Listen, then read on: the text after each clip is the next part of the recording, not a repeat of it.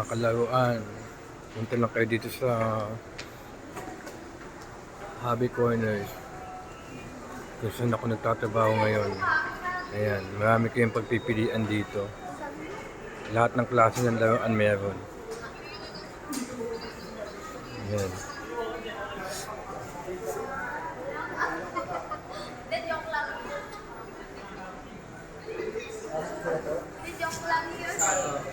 Punta lang kayo dito mga friends.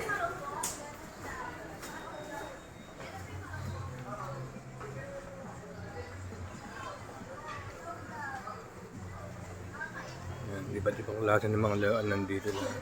Yan, mga fan toys, mga transformer.